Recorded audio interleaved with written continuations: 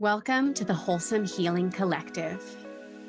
Join us on our podcast for a journey into the hearts of healers from all walks of life, diving deep as we explore meaningful conversations that have the power to inspire, empower, and share life-changing wisdom. Through this community, we hope to create a welcoming environment where our listeners leave feeling nurtured and uplifted. We are so delighted you are here. My name is Alyssa. And I'm Renee. Grab a drink, get cozy, and let's dive in. Hello, and welcome to another episode of the Wholesome Healing Collective. We are so excited. Today we have an amazing guest with us to share wisdom, and her name is Heather Wylde. She's an ethical sales coach and consumer advocate, and author of What Every Entrepreneur Wishes They'd Known Before Hiring a Business Coach. Heather, welcome. Hi, Renee. Hi, Alyssa. It's good to be here. Thanks for having me. Thanks so much for joining us and sharing with us today. We like to kick off our episodes with a signature question. So if you would be so kind, we would love to know what your favorite self-care practice is, or self-love practice. My favorite self-care practice is sleep. It's just making sure that I get enough sleep. It's not glamorous, it's not sexy, but that's very crucial for me. Me too. Yeah, my energy level with lack of sleep is like pew. Yeah, sleep is so nourishing to the body, like regenerating all your cells, all your systems. So important. And nobody's ever said that before. So it's so cool to hear all of the different self-care practices that everybody puts into place. I love it. Yeah, well, we hear so much about, I go to the spa and I get a massage, and, everybody's like, self-care is bubble bath and pedicures. And we forget like the really basic things, eating nutritious food, getting enough sleep, getting some movement. And, sometimes self-care is stuff that is absolutely not fun. Sometimes self-care is setting boundaries with people. Yeah, and setting boundaries with yourself too. Like, no, I'm not going to watch another episode of this series that I'm binging. I'm going to go to sleep.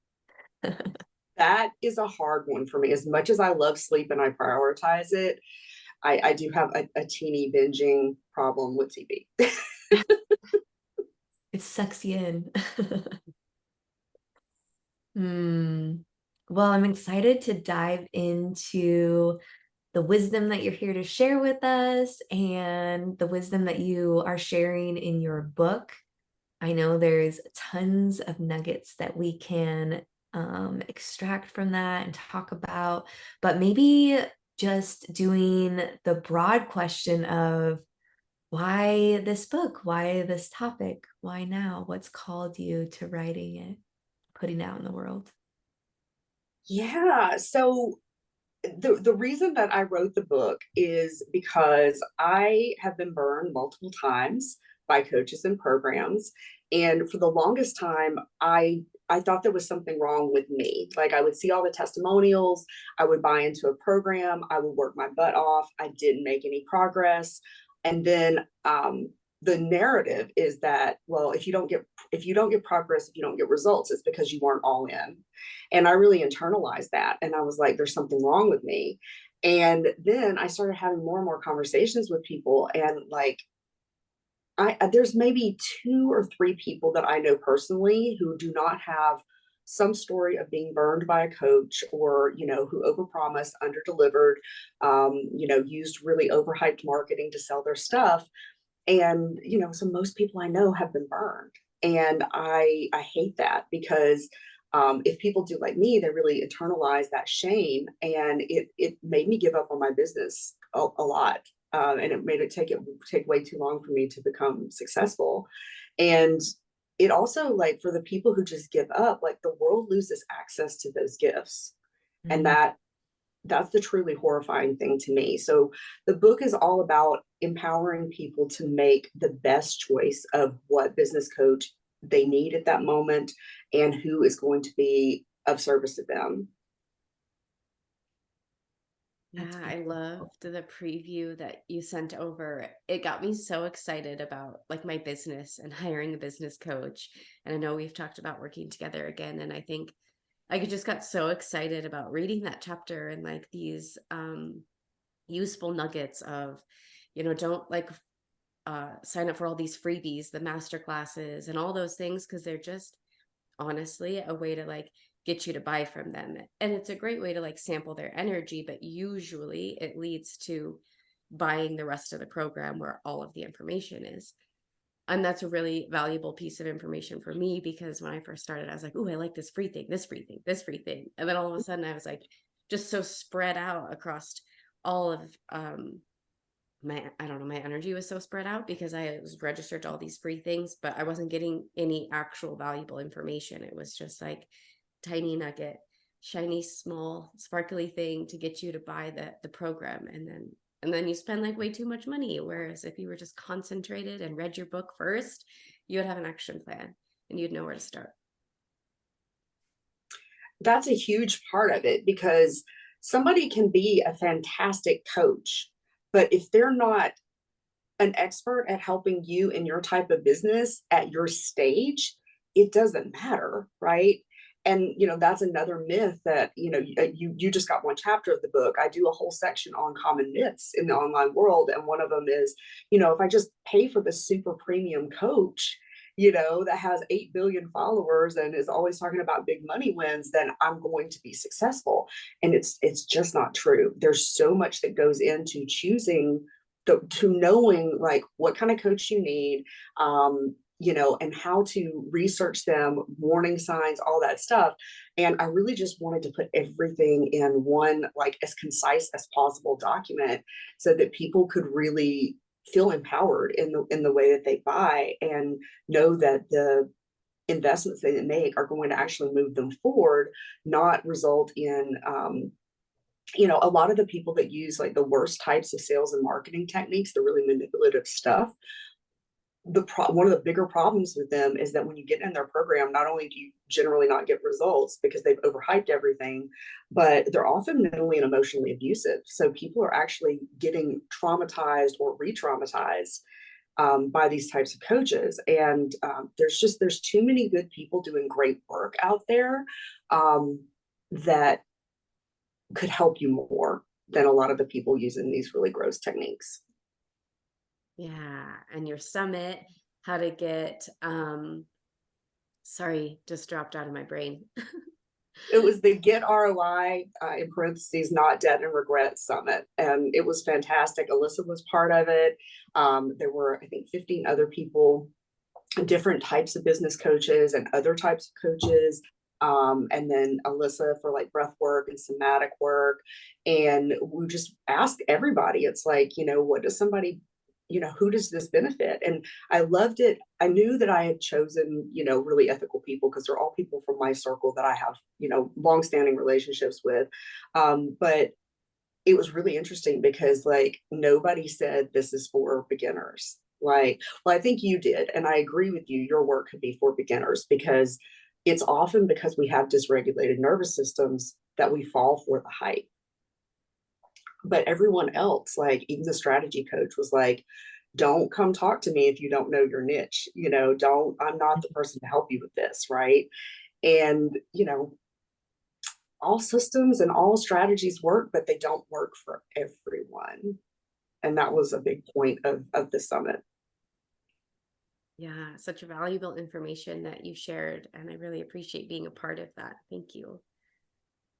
Yeah. And I loved that you guys did your own episode about Yeah. it, and really, dove deeper into kind of like the spiritual and healing realms of coaching and well, and obviously healing work, because there's a mistake that I made coming in was I was very rosy glasses, and I was like, oh, I'm a coach and I really want to help everybody, so I can trust all these people.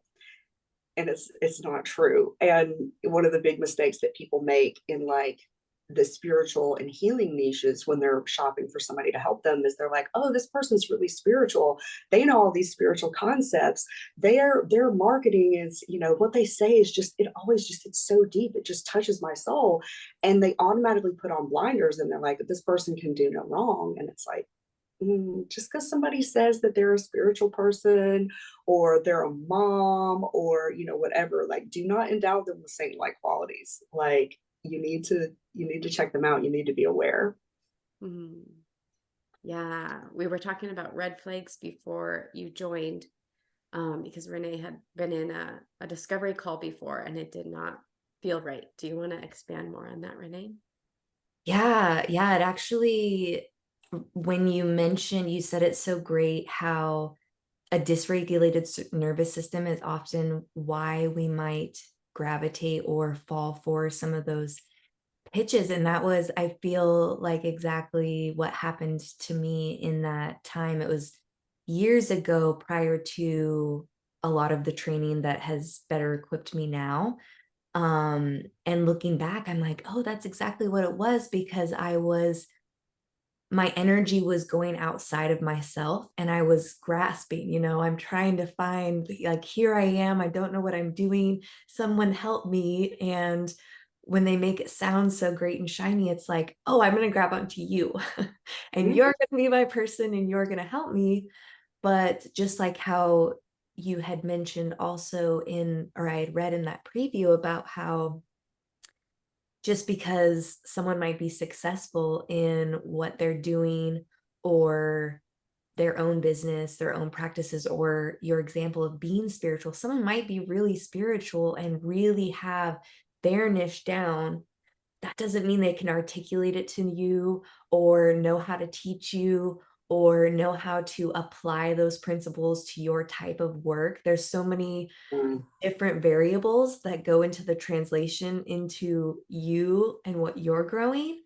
Mhm. And it's so easy to think that, oh, if I just mirror them, which is a trauma response that I do, mirroring keeps me safe. So if I just mirror them, I'm going to be successful.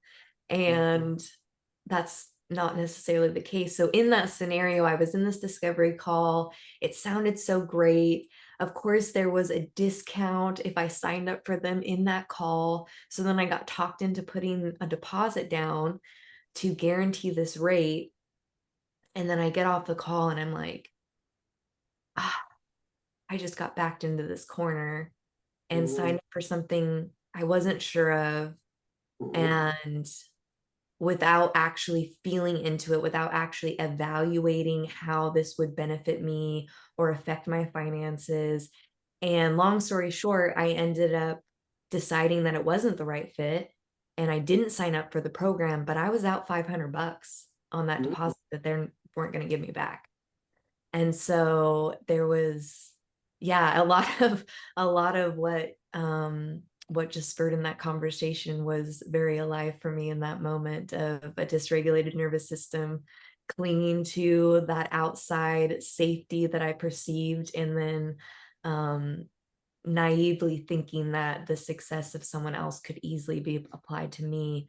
And especially when it's in that group setting, when you're not getting any one-on-one attention and Oh, it's on you to apply it to your business when you're a no, newbie, that is just, it wasn't going to work. no. I'm so sorry that happened to you. I'm really, really proud of you that you forfeited that $500 instead of spending a whole bunch more money, and then wasting time on a program that was probably going to either overtly or covertly shame you for not getting results, even though it wasn't what you needed. Mm-hmm. There's so much to respond to in that. So so the book, I lay out 7 steps for how to find the best coach and interview and research the best coach. And I talk about the fast action bonuses. So not to say that everyone who uses this type of thing, if you pay on the call, if you sign up on the call, you get, this fantastic rate, right? not to say that everyone who uses those is a bad person. They may just be taking bad advice from their bad business coach, right? Or a business coach that is much more concerned with their bottom line and helping their clients get shiny bottom line so that they can brag about it in their case studies. So what I say is that, like, if somebody's offering a fast action bonus, even if you've researched them using every step of my book, don't sign up on the call. At very least, you need to read through the contract thoroughly before you give them any money. And so my advice for anybody who's in a similar situation to what Renee went through, if it's a group program and you're a new entrepreneur, don't buy it. Just number one, especially if it's a big group program. And number two, say, hey, listen, I've researched you. I really do have a great feeling about this, but I'm not comfortable signing up on the call. Would you be open to extending the fast action discount for 48 hours so that I can read through your contract? And if they say no, they're probably not the coach for you. Yep. Yeah. Yeah. And don't let the FOMO, get to you, because a lot of what I discovered, so this is actually my second book on this topic. The first book was just long and kind of rambling, so I made it much more concise. And but what I discovered while writing that book, the more people that I talked to, was that the most manipulative forms of marketing and sales techniques, like the really sleazy ones that we see, are based in neuro-linguistic programming. And neuro-linguistic programming is a beautiful and wonderful thing when it's used consensually for someone's transformation. But when it's leveraged in marketing, especially for the people that really take it to the hilt, it really works extraordinarily well on people who are already dysregulated. I think it probably dysregulates people even who are, not trauma survivors. But for those of us with trauma in our past, or, people who live with anxiety or anything, these types of sales and marketing techniques work extraordinarily well because they just fry our nervous systems and they get us really discombobulated. And then they're selling safety and certainty. If you do my program, you're going to make $10,000 in 30 days or whatever. But when you read the contract, there are no guarantees. Except in the last few years, it's become a trend for people to put in guarantees like, if you don't get the X, Y, and Z result by, the end of the 3 months, 6 months, whatever, that we'll continue to work with you for free. The problem is that if the program wasn't working for you before, if it wasn't the right system, if it wasn't the right process, if they weren't the right coach, if, as Renee said, they don't know how to help you apply what they're teaching to your business. And just as an aside, this is how a lot of people get pushed into business coaching, because their business coach doesn't know how to help them market their spiritual business or their health business or anything outside of business. And so they just push them into business coaching. This happens a lot. It kind of happened to me. I did not intend to be a sales coach, but yeah. So, if you're working with someone and they're not the right fit, then that guarantee they're going to work with you some more. It's like, they weren't the right fit. It just, sometimes you can do, and I talk about this in the book as well, you can do all the due diligence in the world, but if you don't, you don't really know what it's going to be like until you get in it, which is why I really hate the model of unbreakable contracts that a lot of coaches still work with, that once you're signed on with them, you're signed on with them. And it doesn't matter if, catastrophe strikes you and your family, or, if you just get in there and it turns out it's not a good fit, you're stuck paying for this program, whether you use it or not. And I think that's really predatory. So I added an escape clause into my contracts. And even though I do an enormous amount of due diligence before I will allow someone to hire me, sometimes you don't know until you get in it. And so I have it set up, these are the reasons they can fire me. These are the reasons I can fire them. And I will fire someone if they're not showing up, or if they're, I've had clients that were kind of abusive and wouldn't listen to boundaries and everything. And I don't want to be stuck working with somebody that I'm not enjoying. And I don't want to be stuck working with someone who's not getting results, either because everything looked great on the outset, but it turns out we weren't the right fit, or they just aren't showing up for themselves, So the guarantee thing, I don't really think that type of guarantee is overly helpful. And honestly, I've talked to so many people who bought into programs because of similar guarantees that absolutely were not honored. That the coach blocked them, ghosted them, whatever. So a guarantee, unfortunately, is almost like, I'd say it's a yellow flag, not really a red flag, but I would ask a lot of questions about any guarantees that you see. That's so helpful, and something that I wouldn't normally think about. I guess, which is why it's a yellow flag and not a red flag. I've had two coaches that continue to offer them. Well, I had one coach that continued to offer it, but it was like I could stay in the program and I could kind of audit the program, but I wasn't going to get feedback on the copy. So I was like, well, that's useless, to me. And then it happened. I invested, $9,000 in a 4-month copy program, and it wasn't what I needed. There were 3 group calls a week, but they were almost like therapy calls. And it was taking up a bunch of my time, and I wasn't getting enough out of it. And, the person was a great copywriter, but I would turn in my copy and she'd be like, oh, this is great. And I'm like, thank you. How do I make it better? She was going to honor it in a way, in that I could audit, but not get feedback anymore. But I've heard so many horror stories of people who bought into something and they felt safe because there was a guarantee and the guarantee was not honored. Yeah. I'd love to maybe name your 3 biggest red flags for hiring a business coach. I think we may have mentioned one in conversation, maybe even more than one, but yeah, let me say, arrogance and grandiose claims is a huge one. If they are saying they have the only system that works, if it's implied or overtly said that, you're stupid if you don't buy from them, or, anything like that. And I've seen people take this far. That's a problem. That person is, first off, no system, no program works for everybody. And secondly, if they're anybody who's just extraordinarily arrogant, right? And I mean, just over the top, not confident, not, just standing in their authority, but just over the top arrogant, that person's probably going to be mentally, emotionally abusive. You're probably looking at a grandiose narcissist. And a lot of the reasons why those people are so successful is because they have no qualms about using any method whatsoever to sell to you. And their oversized ego really supercharges their marketing, and you can't teach someone to be a narcissist. So that's a huge one. Let's say, won't let you off a sales call, who's, just gonna talk to you until you buy. That's a red flag. That person either isn't as successful as they say they are, because if they're so successful and they're making all this money, why do they need to force people to buy, right? Or the whole reason why they have those big sales numbers is because they are forcing people to buy, forcing people.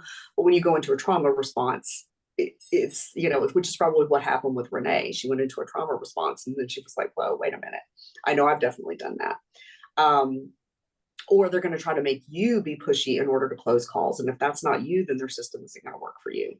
I think it's a red flag if people don't offer sales calls. That's a huge trend right now of coaches who are like, I don't do sales calls, and I can teach you to sell without sales calls. And my thing is, you want me to spend thousands of dollars with you, but you can't make 30 minutes to talk to me on a phone call, And really, like, sales calls can be awful if they're done awfully. And that was one of the biggest stumbling blocks to me getting my business off the ground, because I refused to sell the way that everybody was teaching me to sell, or trying to teach me to sell.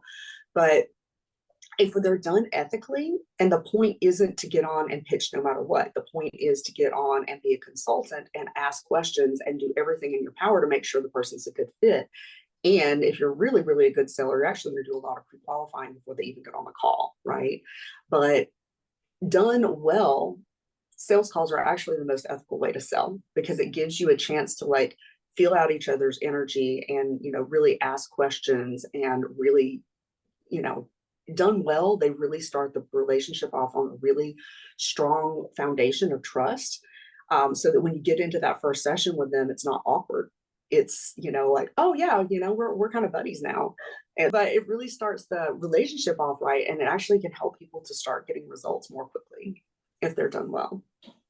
I love those. Thank you. And what about 3 green flags? 3 green flags. Someone who is really seems genuinely interested in you and what you're doing, and they're asking a lot of questions before you hire them. They don't just send you a sales page and say, hey, do you want it or not?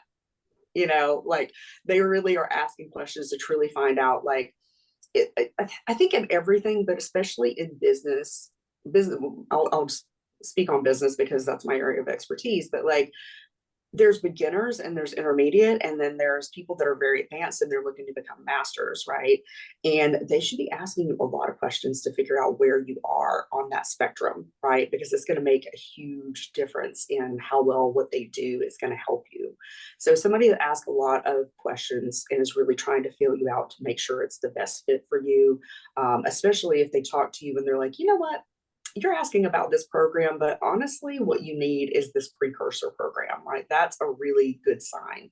The person who doesn't just try to sign you into their biggest package, but is like, you know what? I don't really talk about this package, but this is what you actually need, right? That can be a really good sign. Other green signs. I know this stuff. It's just, I'm on vacation, so my brain is like, meh. Let's see. Their origin story and their case studies they're impressive, but they're believable. It's not, all overnight success. Overnight success is a huge myth in the industry, and I talk about that in the book, and how people skew their stories and skew their client stories to make it sound like it was overnight when it really wasn't. So if their origin story and their case studies sound impressive but believable, I think it's a really good sign. And yeah, people that you feel drawn to them, and you feel, excited about what they do. People who share a lot of tips and actually show you how they help people. They don't just try to blind you with a bunch of testimonials and case studies, and flashy results. They really talk about, like, this is my system for helping people. Because results are great, but I have one client that signed up for a program that was, for everybody. It was for every type of business. It was going to help you explode your business, blah, blah, blah. And she jumped in, and the program was all about going live to grow your business, which can be a great tool. But she was terrified of going live. So that was not the right, fit for her. But they weren't sharing how they were helping people in their content. Wow. Tricky. That would be a frustrating scenario to be in. Yeah, and you think about it, like, it's an NLP technique. It's to create all this mystery and this vagueness, and it really, like, piques the curiosity. And and that's fine, if you wanted to do content like that for a couple of weeks, maybe. But getting closer to the launch, you actually want to start talking about how you're doing stuff, because I wouldn't even do it for 2 weeks. You might do a couple of teaser posts, but people need to know how you work with people so that they can self-select. Yeah, you talk about it a lot, where not every program is for every person at every time in their business. It's so important to self-select.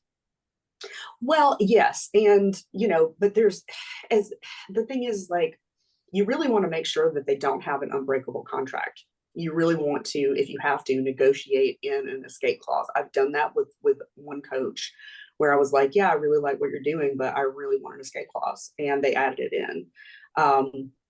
And then she turned out to not be a good coach anyway, but but I was able to negotiate the escape clause. The biggest thing is to just, do your due diligence. Like, use the steps in my book to really research and become more informed as a consumer.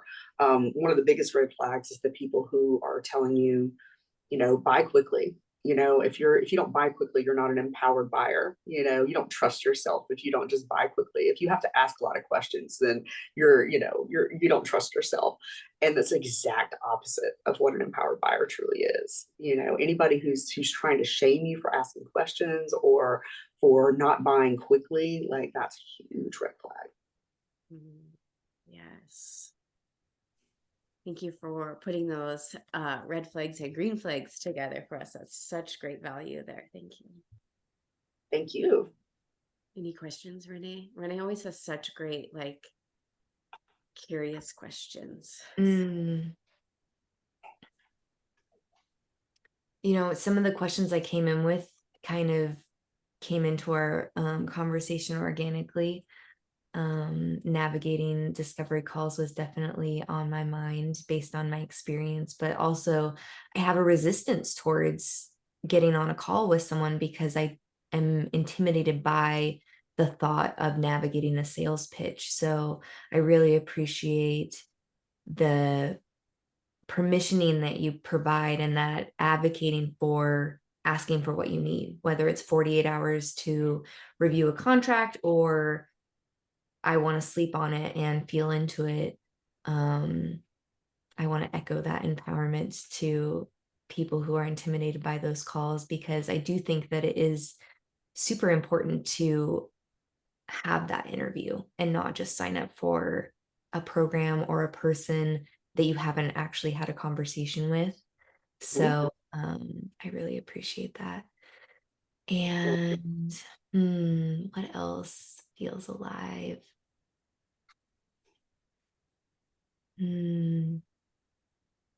Is there a time, and I guess I'm speaking to maybe the more newbie level of starting a business, and speaking to, a lot of the programs, the red flags of overnight success. Is there a time frame in which you feel like is like, if you're just starting out, everyone should expect this incubation period, this 3 months, like don't expect to get off the ground within X amount of time or something like that? Yeah, I think with a good coach, you can start making sales in like 30 to 90 days. But generally the people that do that, they already had like a strong social media presence, or a lot of times, this is one of the ways that the myth of overnight success gets perpetuated.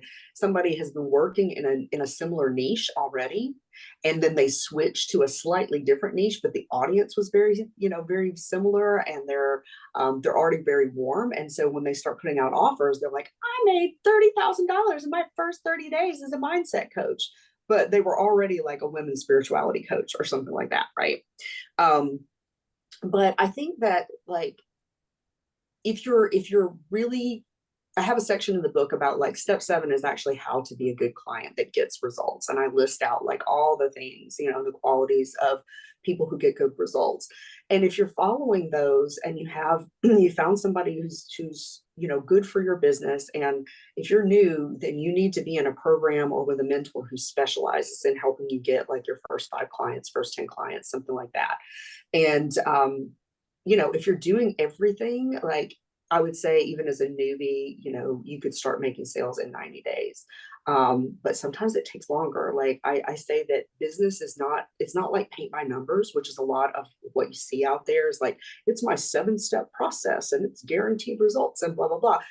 It's not like that. It's like a messy science experiment where you're testing like way too many hypotheses at once because you're new, And so it can take a while to like get the messaging, and really like figure out your target market. And that's one of the reasons why it is so important, especially in the beginning.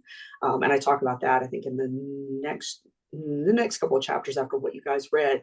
The first thing you got to do is nail down that messaging, and you need somebody who is really, really good at that for a new entrepreneur. And if you do that, and then you're, taking the appropriate actions and everything, then, you can start making sales in 90 days.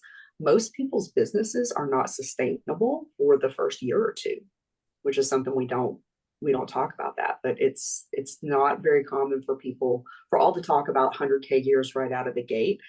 it's a very small percentage of people that get that. Yeah, there's lots of focus on monthly sales, but the zooming out to view the picture as a whole is often not talked about. Well, absolutely. And then, people will have like a 10K month, and then they'll talk to death about that 10K month. And then what they don't tell you is that they didn't make sales for the 2 months after that, either. So there's so many ways of skewing the information and making things seem so much more impressive than they are. And that's why, we have to be aware, and we have to have good questions, and we have to like get centered and not get hyped up, not let them pull us into that overexcited state, because this is one of my biggest pet peeves. When you watch a master class and they've like done all this stuff, like I call it the magic manipulative formula.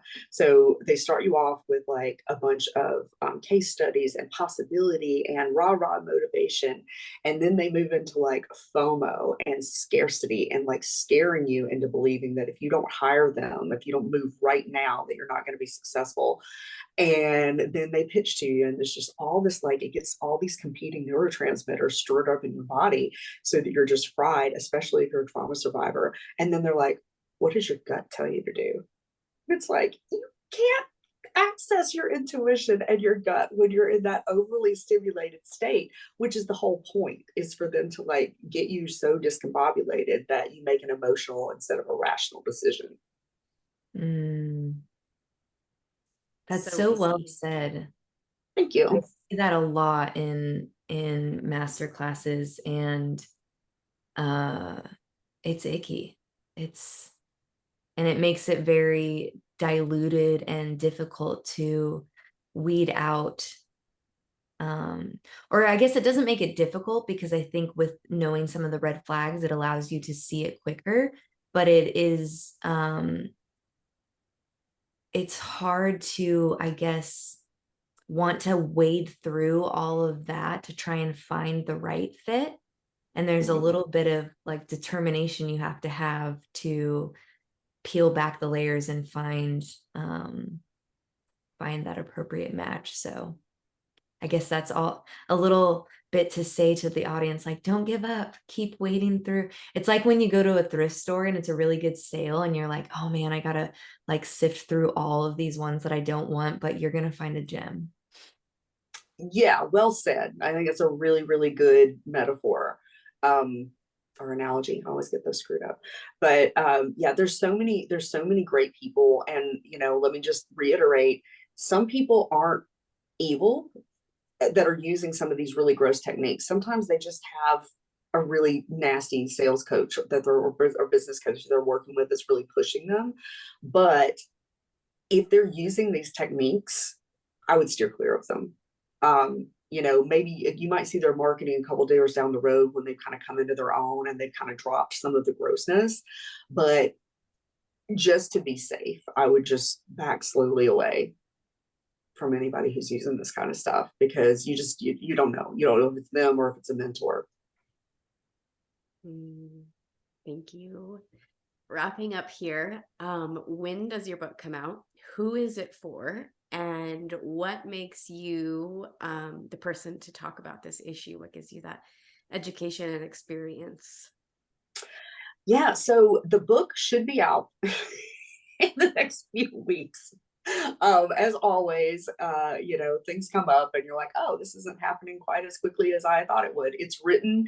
Now it's just the process of getting like the book cover done and all that stuff. So in the next few weeks, definitely. And I would highly encourage anyone who is thinking of hiring a coach in the new year to read this book first.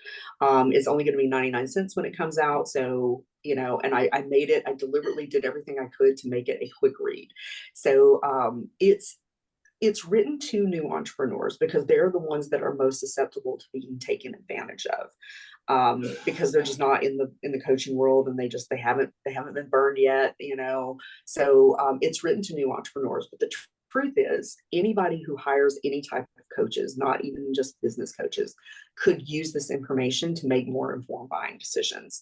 I do plan to release another book later next year that talks to more advanced entrepreneurs and talks about, it's probably going to be called like why you're not making 10K months yet. right? So many people are shaming themselves for not making 10K months yet, and it's really not as common as people think. So that will be specifically for advanced entrepreneurs. But the process for choosing the coach, that's in this one. And the reason that I am the perfect person to talk about this is because I have been coaching since 2009. I've been learning online marketing and sales since 2013. I have invested almost $100,000 just in business courses and one-to-one coaching and group programs and yada yada, and a ton more in other types of just personal and spiritual growth too. And I've met a lot of really great coaches who do great work, and I've met a lot of people that are just predators. And I've seen every once in a while somebody will come to me and they're like, "Hey, have you heard that people are doing this?" And I'm like, "Oh my god!" Like, but for the most part, like I've seen and heard all. And it just makes me angry. Like I don't like being taken advantage of. I don't like other people being taken advantage of, and I don't like what these people do to the industry. Like people look at the coaching industry as a scam, and they're not entirely wrong, unfortunately. So I want to expose this stuff. I want to make it more and more difficult for the scaly, predatory people to sell. I want to empower more of my sales coaching, empower the high integrity coaches and healers to be the ones that are making most of the money, because they're the ones that are actually going to help change the world. And I'm one of the few people who will talk about it. And so many people want to put their heads in the sand and pretend everything's okay. And it's like, it's not getting any better. We got to talk about this. So, yeah. I love that. It is so needed. And thank you for being the one to do it. Well, and there are, let me be clear, there are other people that are speaking out about it, and I think that it's kind of gaining momentum as a movement. But one last thing to just share with people: just because someone talks about ethics in marketing and sales does not mean that they practice what they preach. So you want to research and vet them very carefully, just like you would anyone else. Yes. We'll link that book in the description below once it's out. And where can people find you? Best place to find me is on Facebook. So it's facebook.com/Heather Wylde Coach, and Wylde is WYLDE. I do have a website. There's not a lot going on it right now, but that is heatherwylde.com. Beautiful. Amazing. Thank you so much for sharing space with us today. This is a wonderful conversation. Yes, thank you, ladies, so much for having me. I really appreciate the platform to get this information out to more people. I'm not expecting to become a millionaire off of this book. I do want to get it to bestseller status, because then Amazon will show it to more people. And it's really important to me that this information gets out to as many people as possible. So thank you for helping. Yeah, I love how affordable it is. 99 cents. Beautiful. Okay. Thank you so much for joining us today. We hope that you have a beautiful rest of your day. If you have any comments or anything that resonates with you, drop it below, and we'll see you again next time.